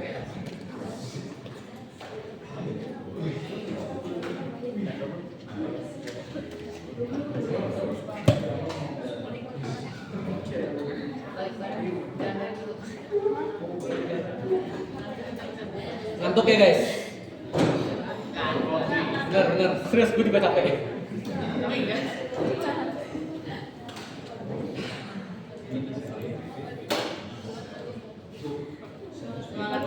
Air mau udah habis lagi.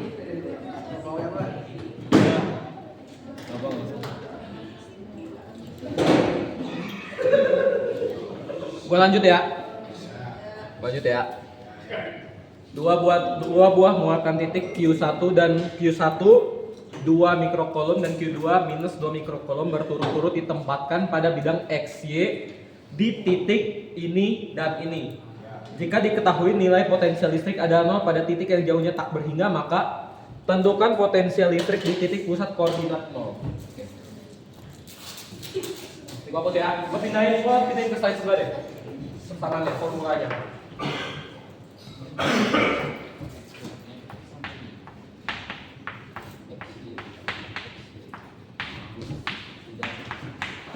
Oke.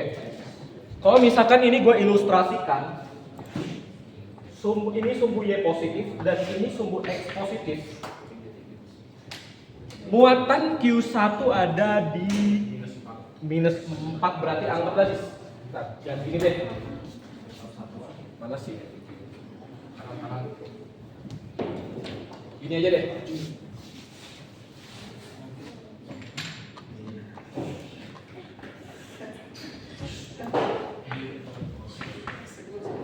Muatan Q1-nya kita anggap di sini.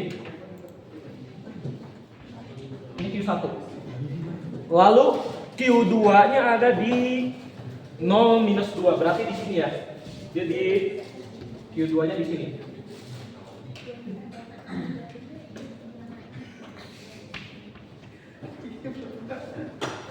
Nah, kita mau tahu potensial di titik ini tuh berapa? Karena potensial listrik itu besaran skalar, jadi kita langsung tambahin aja.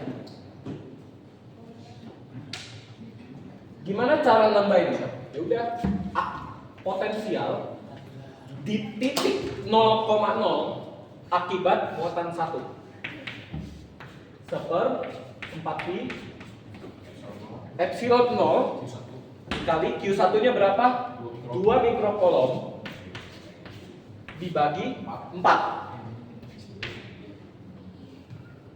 V2 nya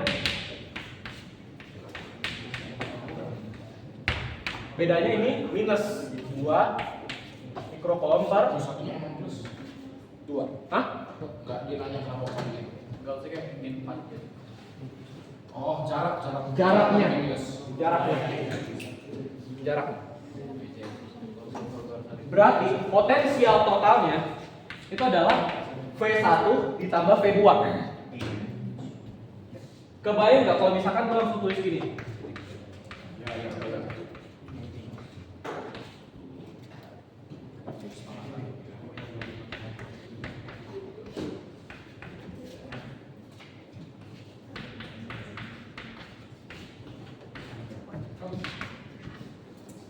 Oh, oke.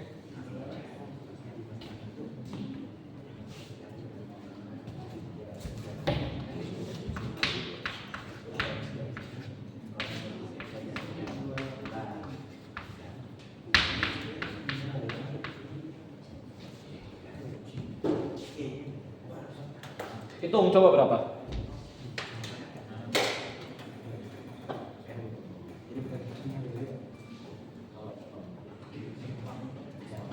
Ngomongin 2/4 oh ya. Coba hitung. Ini kali ya guys, ini kali.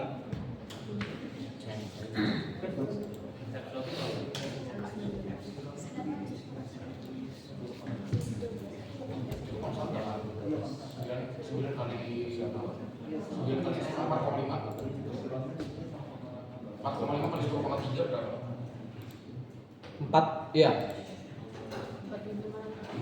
Ya, 4.500 volt. Oke. Lalu yang B, tentukan usaha yang dilakukan oleh gaya listrik untuk membawa muatan listrik ketiga Q3 dari titik yang sangat jauh hingga menempati pusat koordinat 0. Jadi gini, kan dia dari titik yang sangat jauh. Ketika dia dari titik yang sangat jauh, kita anggap potensialnya 0. Di soal kan udah dikasih tahu kan. Berarti kan kita udah tahu tadi W dari gaya luar itu dibagi, kalau misalkan dibagi muatan uji di sini tuh Q3 berarti. Itu akan sama dengan beda potensial. Yaitu ini, VT ini. Kebayang? Jadi potensial gini. Potensial di titik 0,0 itu nilainya segini. Ya, potensial di titik yang tak hingga itu 0. Kalau misalkan dia dari titik tak hingga terus ditaruh di titik 0,0, beda potensialnya sebesar Plus 4.500. ya. Ini. Kebayang? Itu kalau misalkan dari gaya luar. Kan ini tadi kan W dari gaya luar dibagi muatan uji. Tapi di sini dibilang kalau usahanya itu akibat gaya listrik. Kalau usahanya itu akibat gaya listrik, berarti minus dari ini dong. Maksudnya kayak gini loh. Kalau usaha akibat gaya listrik berarti kan W APP itu sama dengan minus W akibat gaya kolom. Karena dia arahnya berlawanan. Iya kan? Perpindahannya sama, cuma arah gayanya yang berbeda. Makanya usahanya juga berlainan tanda, tapi besarnya sama. Berarti kita bisa tulis jadi W akibat gaya listrik dibagi muatan Q3 dikali beda potensialnya kan VT dikurang 0. Ini. Ya kan ya? Tat. Nih, minus 4.500. Berarti W kolom itu adalah muatan Q3 dikali 4.500. Muatan Q3-nya berapa tadi? Bentar. Terus 2. 2. Berarti W-nya ini berapa? Ini dikali 2 kali 10 pangkat min 6.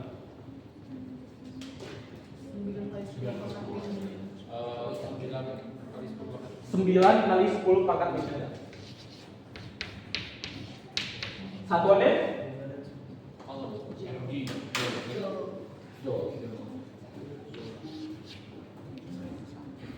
Jangan lupa satuan ya. NASA pernah bangkrut besar cuma gara-gara salah satuan. Serius. Waktu misi ngirim satelit ke Mars. Jadi gara-gara cuma salah satuan yang harusnya ketinggiannya segini dari permukaan Mars, jadi 1/4 ketinggian yang seharusnya. Boncos besar.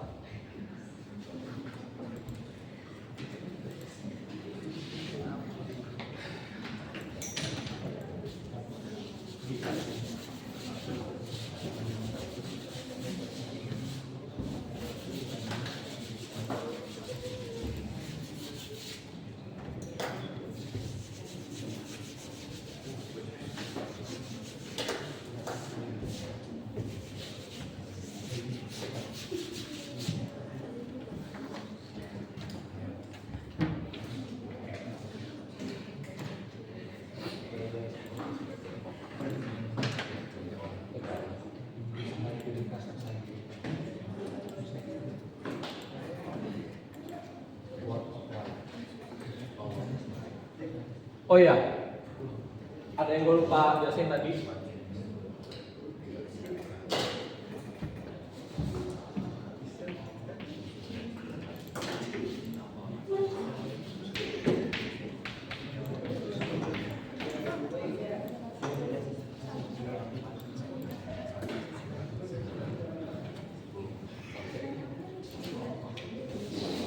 Bentar.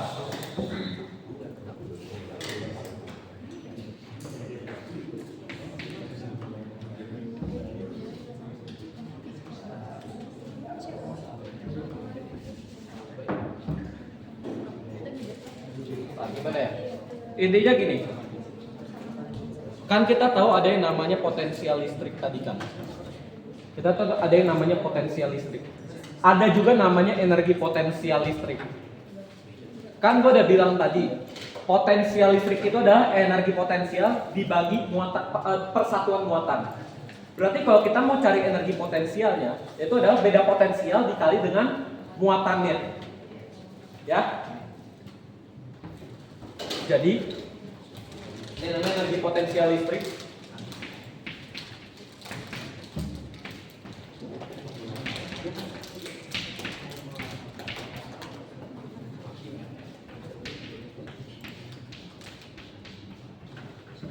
Nah, sekarang kita mau cari energi potensial dari sistem ketiga muatan ini ketika Q3 udah di sini. Jadi Q3 udah di sini. Energi potensial totalnya ini berapa?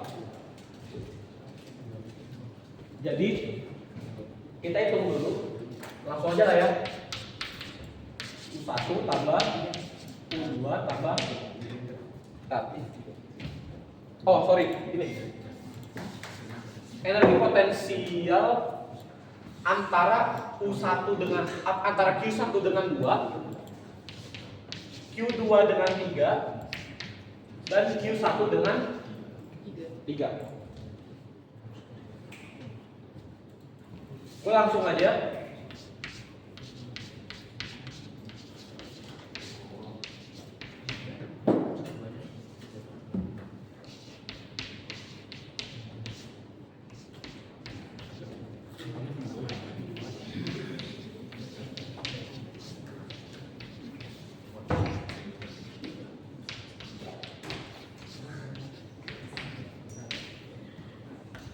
Hasilnya berapa?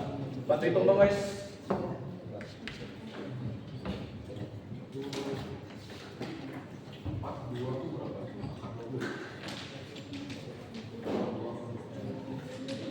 Antara Q1 dengan Q2 itu jaraknya pakai Pitagoras ya guys.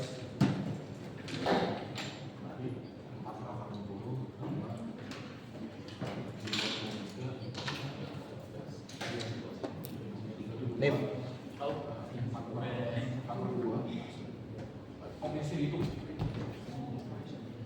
Berapa guys?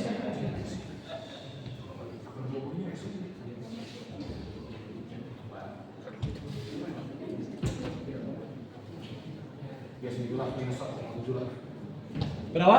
Minus 1,7 Kali 10 pangkat 3.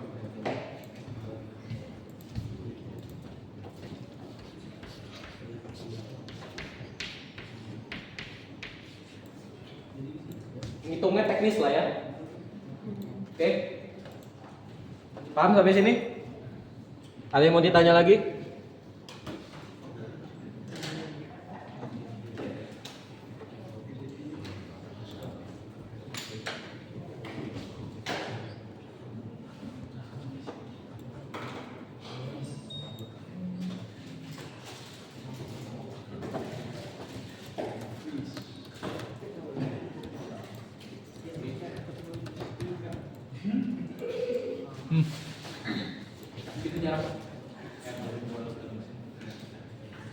Kenapa?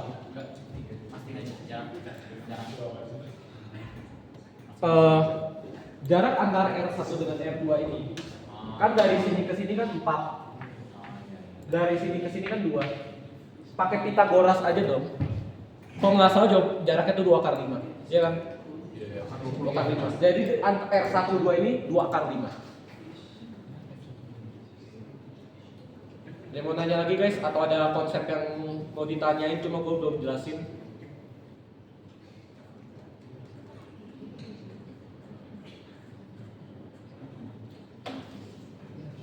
Gua ragu kalau misalkan sempat sama waktunya, tapi kan yang waktu gaya listrik itu kan ada vektor yang R copy itu kan. Ya. Nah, tadi kan kita kerjain yang itu tuh cuman magnitudenya doang. Tapi gimana kalau seandainya pakai R copy-nya itu? Oke.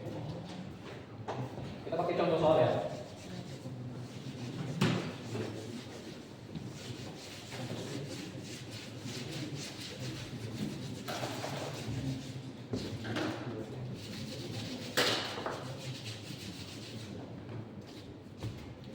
Ini gua hapus ya.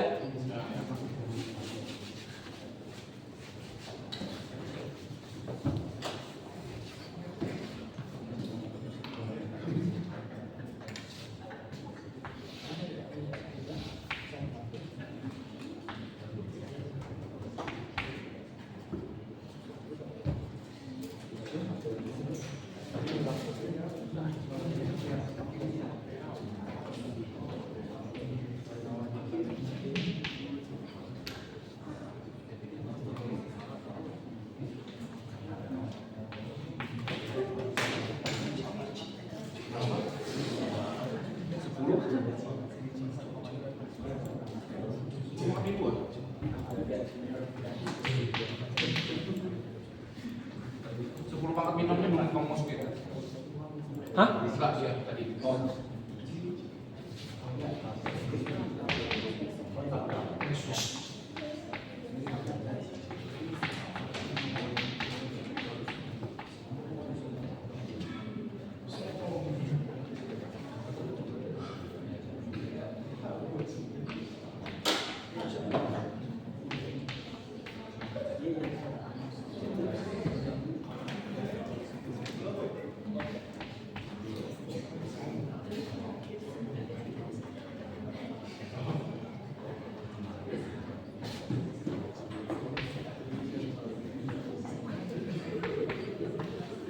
Oke. Lanjut ya. Jadi misalnya ini 0,0. Ini Q1, ini Q2. Q1 muatannya segini, koordinatnya segini. Q2 muatannya segini, koordinatnya segini. berapa gaya listrik yang dialami Q1 akibat Q2.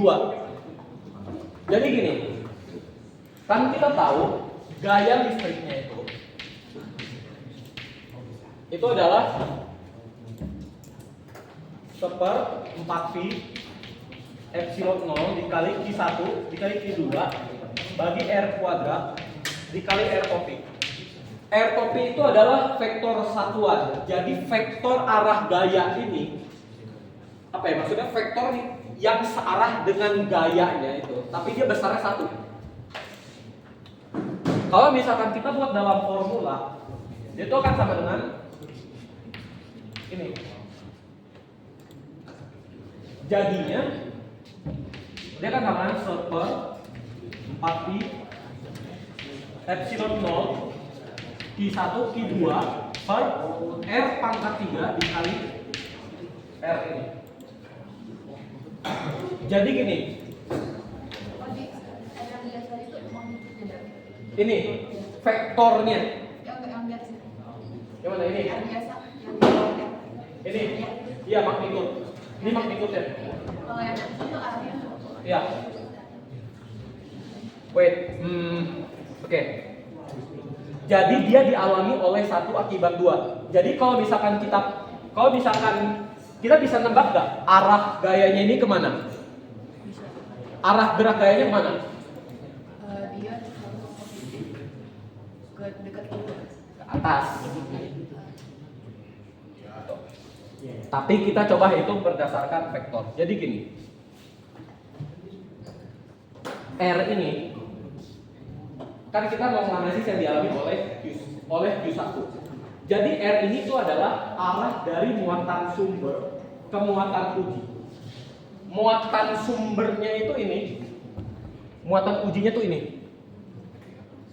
Kebayang? Muatan sumber itu sumber yang menyebabkan dia mengalami gaya ke atas. Uji ya ini yang diuji. Berarti kalau kita buat vektornya, anggaplah gini. Anggaplah ini vektor R1. Ini vektor R2. Berarti R-nya itu kan ke sini kan? Berarti R1 sama dengan R2 tambah R. Secara penjumlahan vektor begini. Penjumlahan vektor. Berarti R-nya itu adalah R1 dikurang R2. R1-nya kalau dalam notasi vektor dia berapa?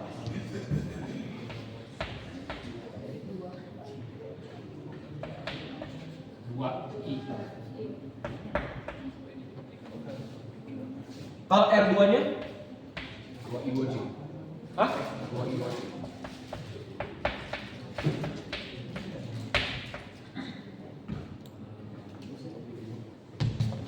Kalau gitu R-nya gimana? 2i kurang 2i kurang wajib.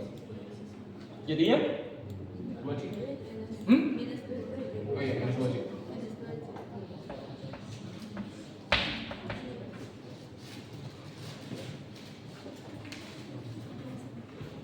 Nah.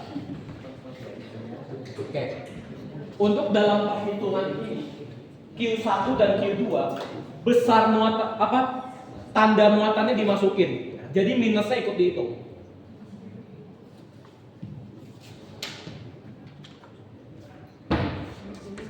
Seper 4 pi epsilon 0 plus 2 kali 10 pangkat 6 dikali minus 2 kali 10 pangkat 6. Terus ini tuh besarnya aja.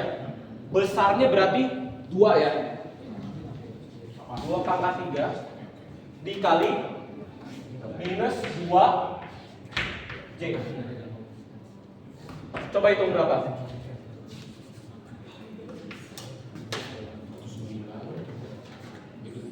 Intinya jadi sekian. Terus dikali J kan? Karena minus ketemu minus, dia jadinya J.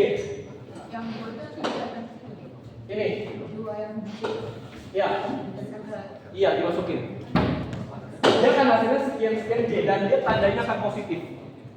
Sesuai dengan arah tebakan gaya kita tadi kan yang arahnya ke sini. Kebayang nggak, Cak? dua yang kebayang. Ini kalau kita hitung secara vektornya.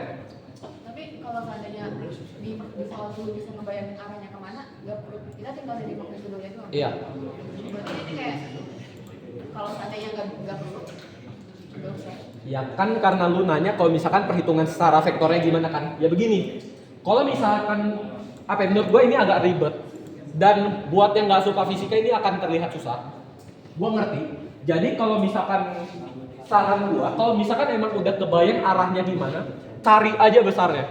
Ntar tinggal sesuaikan dengan arahnya aja. Tapi kalau lu nanya secara perhitungan vektor, ya begini. Gitu. Kalau gitu, sekarang satu lagi deh. Masih keburu gak? Udah gak keburu guys. Terus kalau misalnya F21 berarti dia arahnya sebaliknya. Berarti dia jadinya minus sekian-sekian J dengan besar yang sama.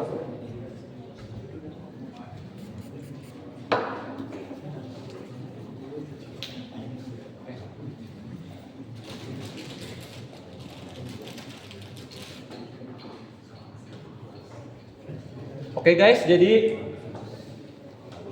segitu dulu aja untuk hari ini. Selanjutnya akan ada materi kapasitor sama Habibie nanti. Jadi bukan gua.